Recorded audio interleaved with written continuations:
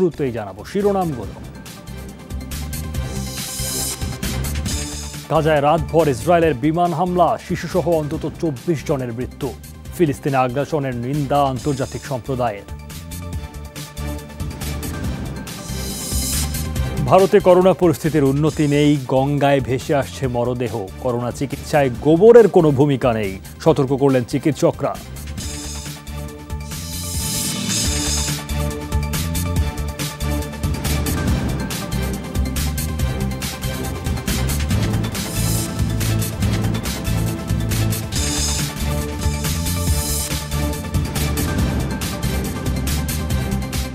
আমি সৌমিত্র শুভ্র।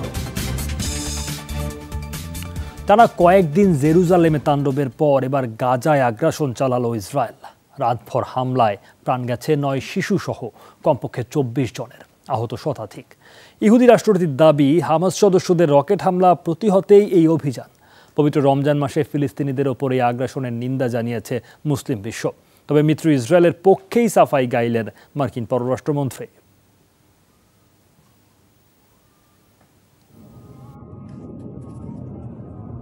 অনেকটা হঠাৎ করে গাজায় ইসরায়েলের অভিযান। রাতভর চলে বিমান হামলা। তেল আবিবের দাবি, রকেট হামলার জবাব দিতে এ অভিযান। হামাসের অন্তত 130টি ঘাঁটিতে বিমান হামলা চালানোর কথা জানায় দেশটি। দাবি, সশস্ত্র সংগঠনটির 15 সদস্যের মৃত্যু হয়েছে অভিযানে। তবে দিনের আলো ফুটতে অবরুদ্ধ গাজার অনেকখানি দেখা যায় ধ্বংসলীলার চিহ্ন। চিকিৎসকরা বলছেন, হতাহতদের বেশিরভাগই সাধারণ ফিলিস্তিনি, আছে কয়েকজন শিশুও।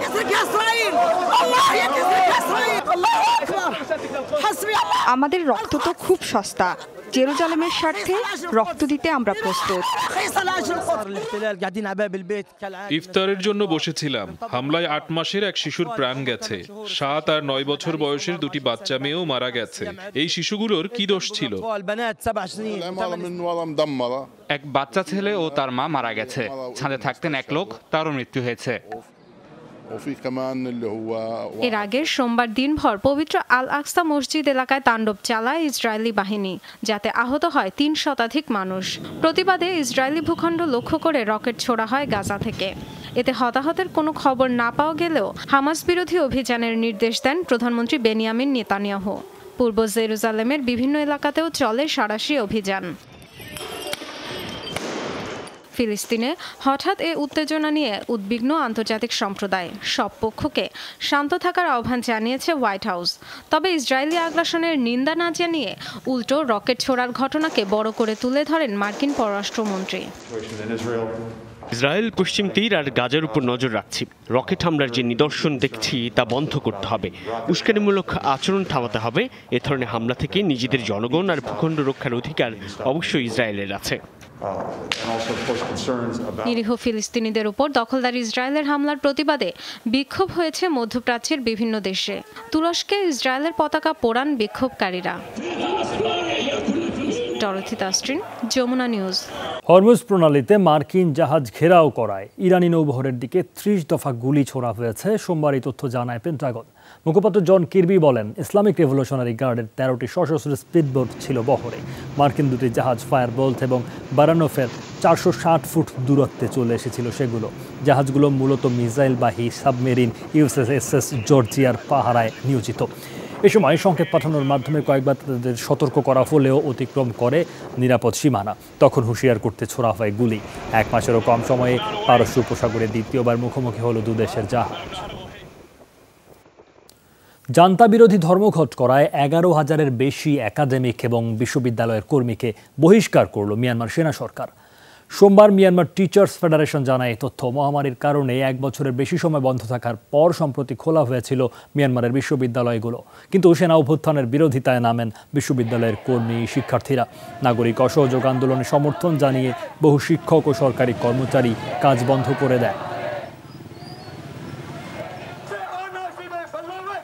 চীনা প্রতিষ্ঠান সিনোফার্মের করোনা টিকা নিরাপদ ও কার্যকর বলে ঘোষণা দিয়েছে বিশ্ব স্বাস্থ্য সংস্থা। সোমবার বিবৃতিতে WHO জানায়, সিনোফার্মের ক্লিনিক্যাল ট্রায়ালের তথ্য বিশ্লেষণ করে এ বিষয়ে নিশ্চিত হয়েছে বিশেষজ্ঞ দল। আমাদের বিশেষজ্ঞ টিমের পরামর্শে এই সিদ্ধান্ত নেওয়া হয়েছে।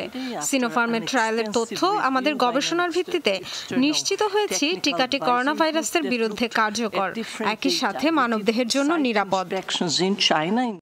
প্রাণঘাতী করোনা ভাইরাসের কারণে মুসলিম বিশ্বের দোরগোড়ায় ব্যতিক্রমী এক ঈদ। বৈশ্বিক মহামারীর প্রভাবে অনেকটাই রংহীন বিশ্বের প্রায় 200 কোটি মুসলিমের উৎসব আয়োজন। তাদের সবচেয়ে বড় উৎসব ঘিরে চিরচেনা আমেজ না থাকলেও বিভিন্ন দেশে চলছে শেষ মুহূর্তের প্রস্তুতি।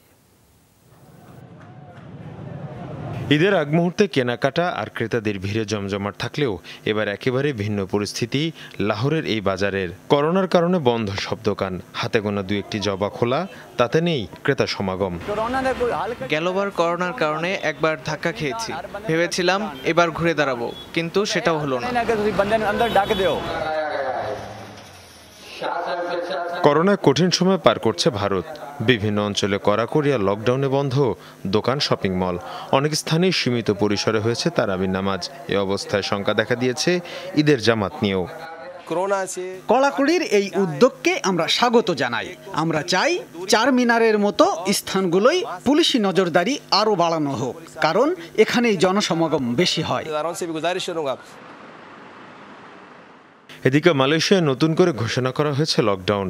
ফলে আত্মীয় স্বজন ছাড়াই একাকী ঈদ কাটাতে হবে অনেককে। শহর ছেড়ে যেন সাধারণ মানুষ বাইরে যেতে না পারেন, তাই চলছে তল্লাশি। ঈদ উপলক্ষে ঘরমুখী মানুষের সবচেয়ে বড় স্রোত দেখা যায় ইন্দোনেশিয়ায়। তবে এবার ব্যতিক্রম চিত্র। নিষেধাজ্ঞা জারি করা হয়েছে গণপরিবহন চলাচলে। ফলে নিজ অবস্থান ছেড়ে বের হতে পারবেন না কেউই। অন্যদিকে সীমিত পরিসরের প্রস্তুতি নেওয়া হচ্ছে ঈদ জামাতের। মীর মুশফিক হাসান, যমুনা নিউজ। মহামারী আতঙ্কের মধ্যেই বিহারের গঙ্গা নদীতে ভেসে উঠেছে নাম পরিচয়হীন কমপক্ষে 45 জনের মরদেহ। স্থানীয়দের দাবি সংখ্যাটি 1.5 শতাধিক। উত্তরপ্রদেশ সীমান্তবর্তী টুজা শহরে মঙ্গলবার ভোরেই এই ভীতিকর ঘটনা দেখেন স্থানীয়রা। পুলিশ প্রশাসনকে জানালে মরদেহগুলো উদ্ধারের উদ্যোগ নেয় তারা। প্রাথমিকভাবে ধারণা করা হচ্ছে উত্তরপ্রদেশে যেসব পরিবার করোনায় মৃত স্বজনদের সৎকারের ব্যবস্থা করতে পারেননি তারাই লাশ ভাসিয়ে দিয়েছেন নদীতে। বিহার পুলিশের দাবি 5 থেকে 7 দিন ধরে লাশগুলো পানিতে পড়ছে। এদিকে উত্তরপ্রদেশের যমুনা নদীতেও মিলেছে বেশ কিছু মরদেহ। মানবাধিকার কর্মীদের অভিযোগ, প্রকৃত প্রাণহানির সংখ্যা গোপনের জন্যই যোগী আদিত্যনাথ সরকারের এই অপচেষ্টা। কোভিড-19 প্রতিরোধে গোবর কার্যকর এমন বিশ্বাসকে নাকচ করে দিলেন ভারতীয় চিকিৎসকরা। দেশের মেডিকেল অ্যাসোসিয়েশন বলছে প্রাণীর মলমূত্র ব্যবহারে আরোগ্য লাভের কোনো বৈজ্ঞানিক প্রমাণ তো নেই, উল্টো রয়েছে অন্যান্য সংক্রামক রোগ বিস্তারের ঝুঁকি। ভারতে করোনা মহামারীতে দৈনিক মৃত্যু 3.5 থেকে 4,000-এর মধ্যে উঠানামা করছে বেশ কয়েকদিন। হাসপাতালে অপর্যাপ্ত অক্সিজেন আর ওষুধ, ডাক্তারদের প্রাণপণ লড়াইও মোকাবেলা করা যাচ্ছে না করোনার। মৃত্যু সংক্রমণে যখন জেরবার দেশটি, সে সময়ও গোবরের উপর আস্থা রাখছেন কিছু সংখ্যক ভারতীয়। শিক্ষিত কিন্তু কুসংস্কারে বিশ্বাসী গুজরাটের এসব বাসিন্দাদের দাবি, গরুর মলমূত্র শরীরে মাখলে হবে না সংক্রমণ, দূর হবে করোনা। ভিটামিন B12 नहीं मिलता है। বর্তমানে আমাদের শরীর পর্যাপ্ত ভিটামিন B12 পাচ্ছে না, যা প্রচুর পরিমাণে রয়েছে গোমাতার মলমূত্রে। ভারতীয়দের বলবো গোবর থেরাপির ফলে শুদ্ধ হবেন। হাসপাতাল অক্সিজেন সিলিন্ডার আর রেমডিসিভির জন্য লাইন দিতে হবে। পুরা গিলা গিলা থা, সিধা কোভিড পেশেন্টস কে টাচ মে মুঝে কাম করনা হোগা। স্বেচ্ছাসেবী হিসেবে কোভিড রোগীদের খুব কাছাকাছি কাজ করি। সারাক্ষণই থাকতো সংক্রমণের ভয়, কিন্তু প্রতি রোববার পঞ্চগভ্য, গোবর, গোমূত্র, মাখন, দুধ, দই আর দুধ দিয়ে গোসলের পর দূর হয়েছে সেই আতঙ্ক। অভ্যাসটি দিয়েছে নতুনভাবে লড়াইয়ের শক্তি। তবে ভারত সহ গোটা বিশ্বের চিকিৎসক গবেষকরা এ পদ্ধতির শরণাপন্ন না হতেই দিয়েছেন পরামর্শ। তাদের অভিমত, এটি ভ্রান্ত ধারণা। এর ফলে জটিল শারীরিক সমস্যাও দেখা দিতে পারে। করোনার সংক্রমণ কমাতে বা রোগ প্রতিরোধ ক্ষমতা বৃদ্ধিতে গোবরের কার্যকারিতার কোনো বৈজ্ঞানিক প্রমাণ নেই। ভারতীয়দের বোঝা উচিত, গরু যতই পবিত্র প্রাণী হোক না কেন, প্রাণীটির মলমূত্র মানব শরীরে প্রবেশ করালে সংক্রামক রোগ ব্যাধি বাড়তে পারে। সনাতন ধর্মাবলম্বীদের কাছে গোবর পবিত্র বস্তু। শতাব্দীর পর শতাব্দী অনেকে ঘর পরিশুদ্ধ রাখতে গরুর মলমূত্র ব্যবহার করেন। তাদের বিশ্বাস, এতে রয়েছে রোগ প্রতিরোধ এবং জীবাণুনাশক ক্ষমতা। মৌলি ইসলাম, যমুনা নিউজ। করোনা ভাইরাসের ভারতীয় ভ্যারিয়েন্টকে বিশ্বের জন্য উদ্বেগজনক হিসেবে ঘোষণা দিয়েছে বিশ্ব স্বাস্থ্য সংস্থা। তবে এর বিরুদ্ধে টিকা কার্যকর বলে আশ্বস্ত করেছে সংস্থাটি। সোমবার দেয়া বিবৃতিতে WHO জানায় কয়েক গুণ বেশি সংক্রামক করোনার ভারতীয় ধরনটি অবশ্য প্রচলিত পদ্ধতিতে চিকিৎসা দেওয়া সম্ভব বলেও জানায়। B1617 ভাইরাসটি WHOর বৈশ্বিক উদ্বেগের কারণ হিসেবে চিহ্নিত হওয়া চতুর্থ ভ্যারিয়েন্ট। বাকি তিনটি ব্রিটেন, দক্ষিণ আফ্রিকা ও ব্রাজিলে শনাক্ত হয়। করোনার ভারতীয় ধরনটি ভারতে প্রথম শনাক্ত হয় গত ডিসেম্বরে। WHO প্রধান বৈজ্ঞানিক সৌম্য স্বামীনাথন জানান, ভাইরাসটির বিস্তার ক্ষমতা সহ বিভিন্ন বিষয়ে আরও গবেষণা চলছে।